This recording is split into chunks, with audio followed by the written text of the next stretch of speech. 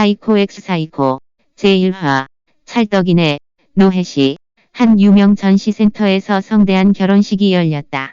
이 결혼식에 초대된 하객들은 죄다 상류사회의 재벌가 그리고 명문 귀족들이었다. 때마침 결혼식의 하이라이트였다. 다나한 오프숄더 웨딩드레스를 입고 손에 꽃다발을 든 신부는 연회장 밖에서부터 걸어오고 있었다. 그녀는 화이트 장미로 꾸며진 길을 따라 한 걸음씩 무대를 향해 걷고 있었다. 무대에서 신부를 반겨야 할 신랑은 정작 자리를 비웠고 무대 위엔 어정쩡하게 서 있는 신부, 그리고 호들갑스러운 표정을 짓고 있는 사회자 둘뿐이었다. 하객들은 이미 예상했다는 듯이 이 상황에 태연자약했다.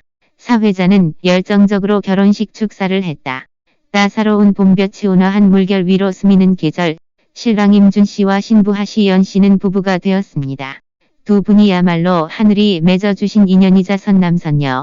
사회자의 얘기가 채 끝나기도 전에 한 가닥 바람이 불어왔다. 신부 하시연 머리 위에 면사포는 바람에 흩날리면서 국내에서 최고로 꼽히는 메이크업 선생님도 커버하지 못했던 흉악하고 또 눈이 감길 정도로 부어있는 얼굴을 드러냈다. 하객들은 하시연의 얼굴에 시선을 모았고 그 얼굴에 너무 놀라 다들 저도 모르게 숨을 들이켰다. 그중 한 사람은 심지어 참지 못하고 경악했다. 너, 너무 징그럽잖아. 누군가 시작을 떼고 나니 주위 다른 하객들도 수군거리기 시작했다. 임준 도련님, 얼굴 다 망가진 데다가 산송장이잖아. 쯧쯧, 이런 여자랑 결혼할 만도 하지. 하씨 가문도 참 대단하다. 아무리 임씨 가문한테 잘 보이고 싶었어도 그렇지. 어떻게 딸을, 그러게 나 말이야. 그래도 산송장이니까 저 여자가 그 집안에 시집 갈 수 있지. 아니면 누가 저런 여자를 아내로 받아들이겠어. 맞아. 그리고 시골에서 올라온 지도 얼마 안 됐다던데. 학교도 제대로 못 다녔대. 점점 들어줄 수가 없었다. 꽤 멀리 떨어져 있었지만 하시연은 그 악담들을 들을 수 있었다. 그녀는 말없이 면사포를 내렸다. 사회자는 또다시 하늘이 맺어준 인연이니 그런 말들을 시작했다. 그 말에 하객들은 아까보다 더 크게 웃으며 수군거렸다. 드디어 사회자의 축사가 끝났고 하시연은 웨딩드레스를 들고 홀로 무대에서 걸어 내려왔다. 그녀는 좌석에 앉아 뭐라도 좀 먹으려고 했다. 자리에 앉지도 못했는데 웬 아주머니가 나타나 그녀의 길을 막았다. 어르신께서 임시 가문으로 모시라고 지시하셨습니다. 도련님 옆에 있어주면서 친해지시라고요.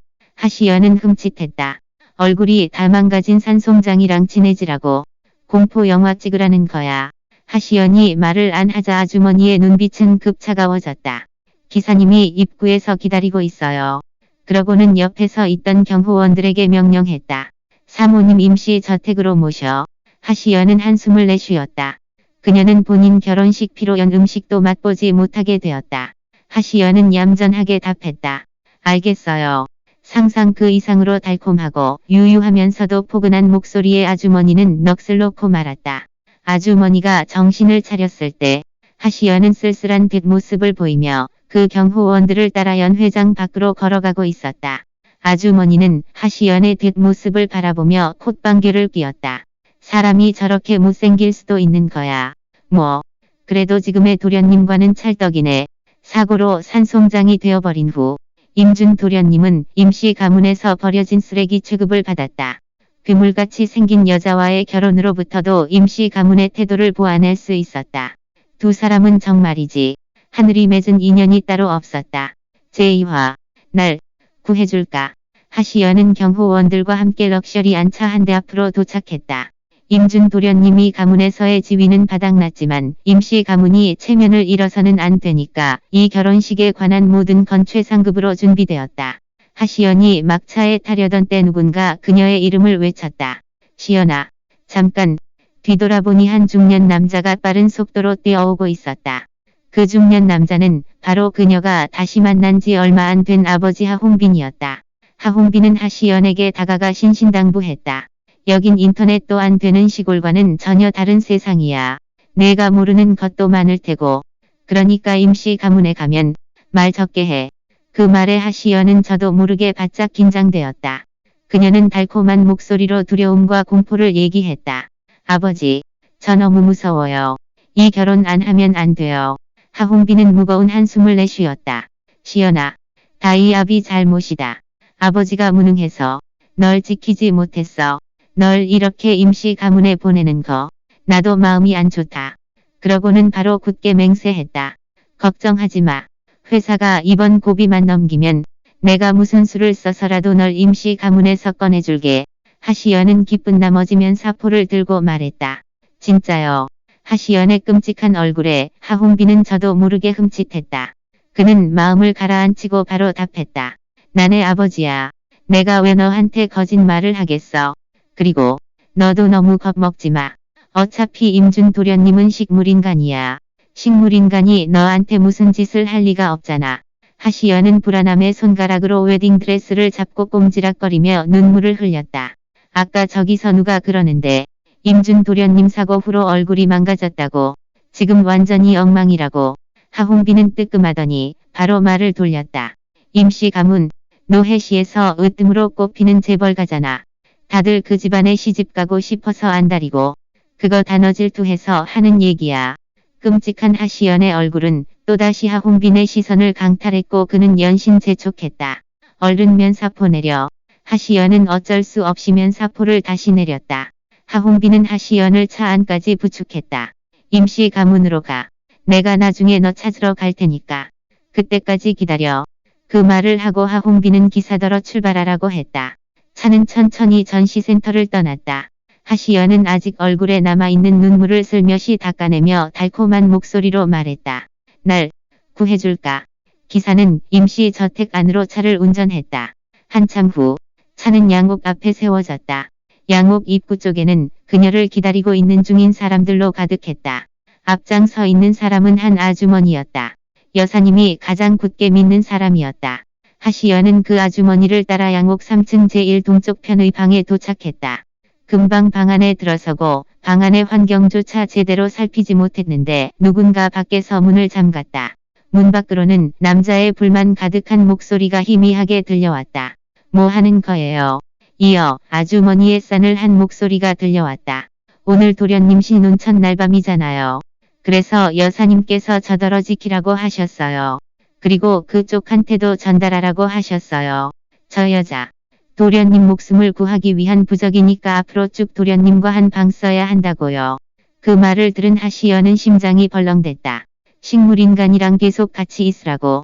하시연은 문 밖으로 들려오는 말소리를 외면하고 창가 쪽의 큰 침대에 시선을 돌렸다. 침대 위엔 한 남자가 누워 있었다. 산송장 남편이 바로 이 사람이겠네.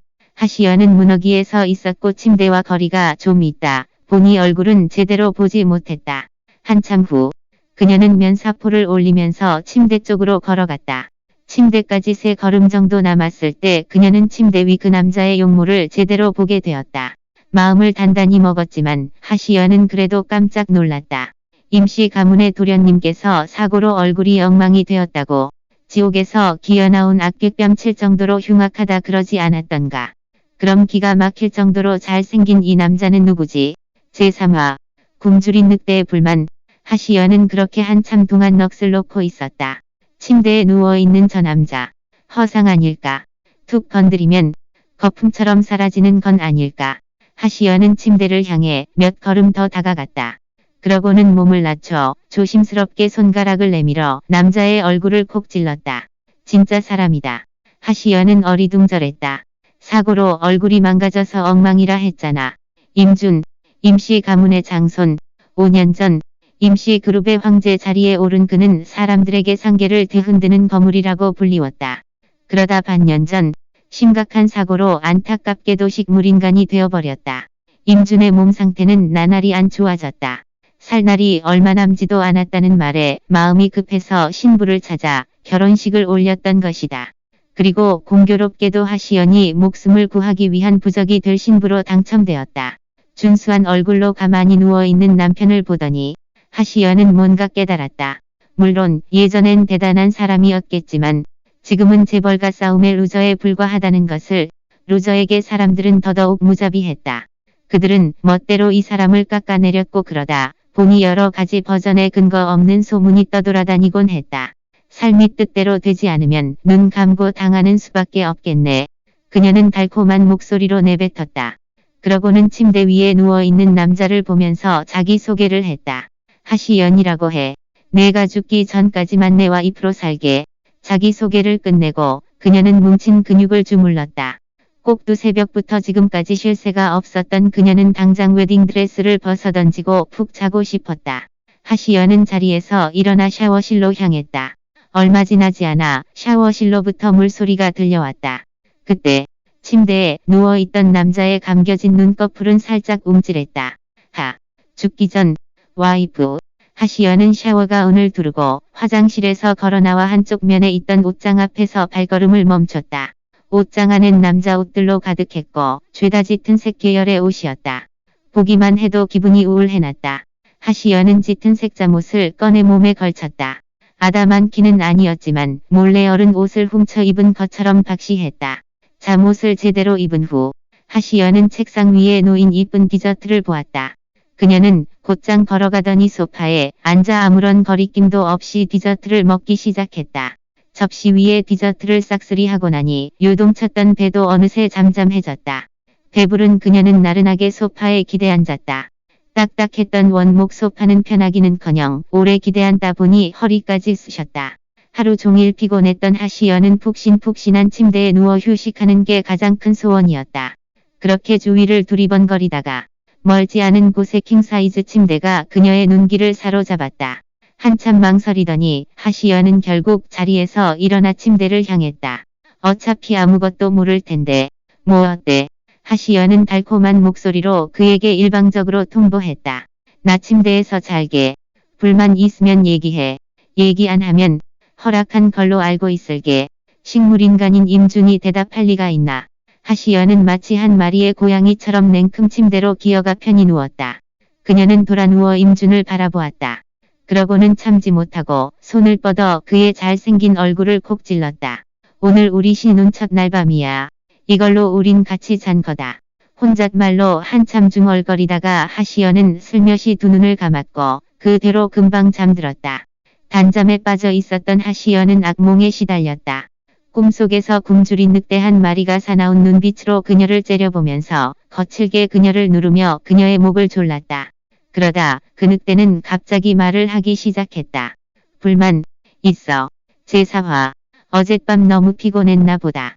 이튿날 아침 푹 잠들어 있던 하시연은 쉴 새 없이 들려오는 노크 소리에 짜증이 났다. 그녀는 옆에 있던 푹신한 쿠션에 머리를 묻고 잡음을 차단하려 했다. 그러다 한참 후 노크 소리는 멈췄지만 방 안은 더 시끄러워졌다. 어쩔 수 없이 잠에서 깬 하시연은 성질을 부렸다. 나 휴가 중이라고. 일 안 한다고. 실컷 짜증을 내고서야 그녀는 간신히 두 눈을 떴다. 낯선 사람들은 줄지어서 있었고 그 사람들은 변태보듯 그녀를 보고 있었다. 그리고 앞장서 있는 손집사는 매서운 눈빛으로 그녀를 베어 죽일 것만 같은 기세였다. 뭐가 잘못됐나. 그녀는 어리둥절했다. 그러다 뒤늦게서야 손바닥으로부터 이상한 촉감이 느껴졌다. 고개를 푹 숙이고 손바닥 아래를 확인해 보더니 그녀는 저도 모르게 두 눈을 부릅떴다. 그녀는 지금 남자의 가슴팍 위에 손을 올리고 있었다. 게다가 그 남자는 우통을 까고 있었다. 하시연은 다급하게 손을 치우고 그 알몸남과 거리를 두었다. 뭐야? 이 사람이 왜? 손집사는 헉소리 날 정도로 못생긴 하시연을 빤히 쳐다보았다. 그는 애써 분노를 삼키며 무표정으로 말했다.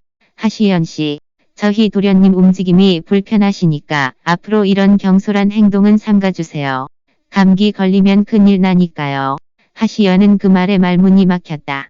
식물인간인 임준이 스스로 잠옷을 벗어던질 리가. 이 방 안에서 그런 짓을 할 수 있는 건 그녀뿐이었다.